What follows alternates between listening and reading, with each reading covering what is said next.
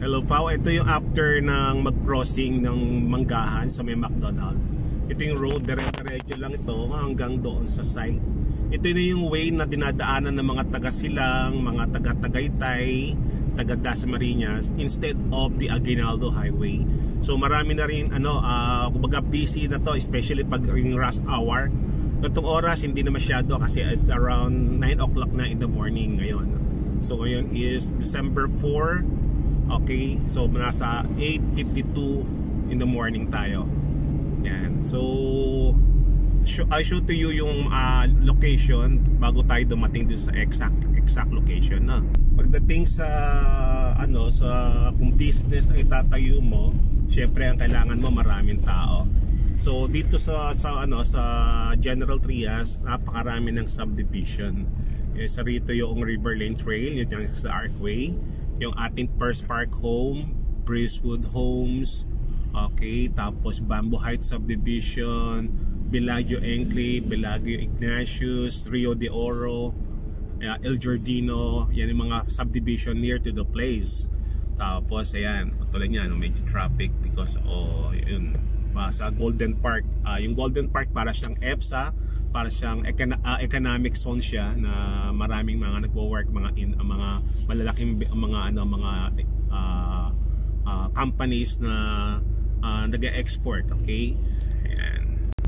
Ito yung First Park Home dito sa General Trias. Yan, First Park Home yan dito sa General Trias. Okay. So, maganda yung location ng ating commercial. Is along this road lang. Itong road na ito, makikita mo na yung road na yan. Itong road na ito, dito nakalocate din yung ating commercial space. Ito naman yung Golden Park. Ito yung sinasabi ko na para siyang EPSA, FCIE, or Export Processing Zone. Yan yung Golden Gate, okay? Golden Gate Business Park, okay? Yan yung marami mga companies na nag-export, okay? So dito marami sa subdivision, Buena Vista Townhomes, El Giardino, Rio de Oro, yan, marami rito mga subdivision. Ito yung mga subdivision like Rio de Oro ng Santa Lucia. Okay, so marami na rito mga establishment. Okay, ayan yung mga tapos ang susunod subdivision Bellagio Ignatius, tapos yung El Giardino ng My City Homes. Okay, ito yung pinaka main road, Governor Pereira Drive, not the Governor's Drive. Ito yung Governor, ayan, nasa right side yung Bellagio Ignatius, ayan. Tapos nung nandito sa kaliwa naman, ito naman yung El Giardino ng My City Homes, ayan, sa mga subdivision. So if I'm not mistaken, nabanggit mo yung Mayor's Drive here in General Trias. Ito yung road. Ayan, nasa right side yan, yung nilikuan na yon ng truck. Yan yung Mayor's Drive, ang labas niya sa May Santiago. May mga access going to mayroong access going to Open Canal and the Capitex and MCX, okay? Ayan. Yung isang access road na dine-develop dito, the municipality of General Trias will be transferring here. Ayan, yung dinaanan natin na yan. Ito naman yung isang project namin na nagkaroon kami ng for sale na mga lots. Ayan, yung Bamboo Heights Subdivision, yung mga vacant lot na yan sa right side. Yan yung ating commercial lot. Ang natitira na lang namin dyan, 2 per list yan dito sa may entrance yan, yung mayroong puno na yan na right side. Okay, yan yung ating Bamboo Height na commercial. Meron per sale and per list, but for your information, yung per sale namin is ubos na. Okay, so yung per list na lang yung natitira dyan, 2. Maraming mga sasakyan dito na dumadaan. Actually yan ay mga papuntang Tagaytay, papuntang Silang, papuntang Mendez, Amadeo. Okay, lalo na pag rush hour. Itong area na to, busiest area to sa dito sa Pasong Kawayan Dos, no. Ito yung tinatawag na bilog. May access road dito going to 13 Martires. Yan yung kakaliwa ng Panayan, pupunta ng 13 Martires yan, o papunta doon sa looban. So if business, talagang magandang mag-business dito in General Trias, because General Trias is the one of the biggest developing city here in Cavite. Ayan, no? So makikita mo na maraming mga tao ang pumupunta na rito at nag-establish.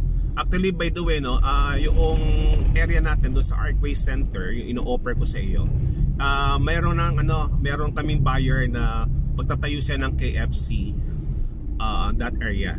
Okay, so kung ano man yung tatayo mo, pwede mo siyang tapatan like McDonald's, Jollibee, or any restaurant. Okay, yan yun. So yan, maraming subdivision. Okay, so business yan, dapat talagang busy area. So yan ang target market ng mga negosyante. So napakarami ng ano rito. Una yung residential, garong karami na yung mga nakatira dito sa General Trias. Marami, as in marami, because we have lot of subdivision dinedevelop na rito at na-develop na. Most of them are already sold out, developed, nakatira na yung mga tao. So tulad niyan, yan isa sa mga subdivision na hawak ko, Springside subdivision. Meron kami shop house dyan. Yan yung shop house, that is a shop house. Okay, pero sold out na rin siya. Ayan. So malapit na tayo sa site. Okay, makikita mo na maraming mga establishment dito. We have a lot of subdivision, schools, yan, mga new developed subdivision, dinedevelop na subdivision. Ayan. Okay, ang mga schools natin dito magaganda. Okay, so one of the program na ginagawa ng ating local government here in General Trias. Okay, and malapit na tayo sa site.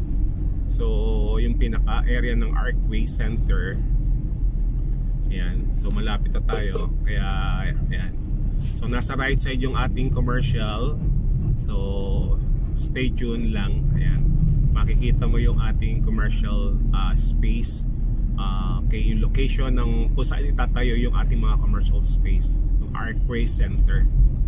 So this road, ito dito lamang from the beginning, from dun sa Crisanto, from Tagaytay, let's say from Tagaytay hanggang dito, dire-diretso lang. Lalagpas ka lang ng crossing McDonald, dire-diretso ka lang, and here it is. Ito na yung ating Archway Center. Dito itatayo yung ating Archway Center soon. Okay, and itong area na yan, yung mga bakanting lote na yan, yan yung ating magiging Archway Center. Okay, so yan. So yung mga bahay na yan, yan yung subdivision na River Lane Trail.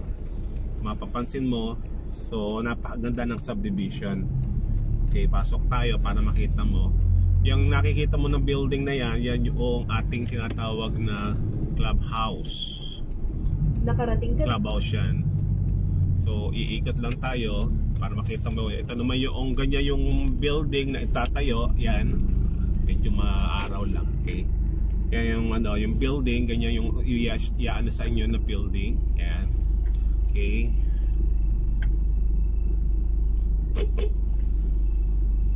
yan. So ito yung may mga ginagawa na rito mga yan. Katulad yan, commercial lot yan.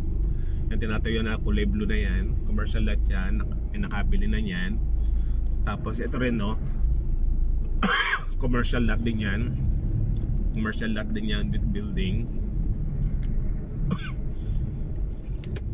Yan. Marami na itinatayo dito. Okay, yan. So yan, mga tinatayo na yan, yung mga commercial lot with building na yan, commercial space na yan with building. Okay, so nililinis siya from time to time. Yan, yung mga bakanting lote pa natin. Okay, so okay, hanggang doon niya sa may bahay na yon. So ito yung main road mismo. Yan, papuntang Cavitex na yan. So papuntang bayan ng General Trias, labas mo na papuntang Cavitex. So may marami mga exit diyan na na lalabasan. Access road.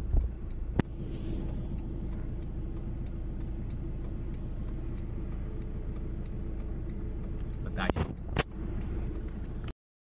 Naputol yung naputol yung video. So yan, so dire-diretso lang yan. Pwede kang kumanat, so may tulay. Pwede ka naman dumire-diretso, labas mo na dyan papuntang Cavitex na. Yan, so ayan yung ating River Lane Trail. Sa left side. Okay, umikot lang tayo. Okay, so para at least makita mo yung location. Yan mismo yung location natin ng Parkway Center. And so may mga tinatayo ng mga building. Yan, kakaliwa tayo rito, papasok. So yung mga bakanting lote, yan yung ating mga available lots, commercial space with building.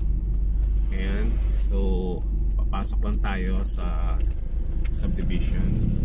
Okay, sa commercial center. Ayan. Ayan. Okay, umikot lang tayo para at least makita mo. Ayan. Again, this is Red Saliba here in Parkway Center, General Trias, Cavite. God bless po and happy buying.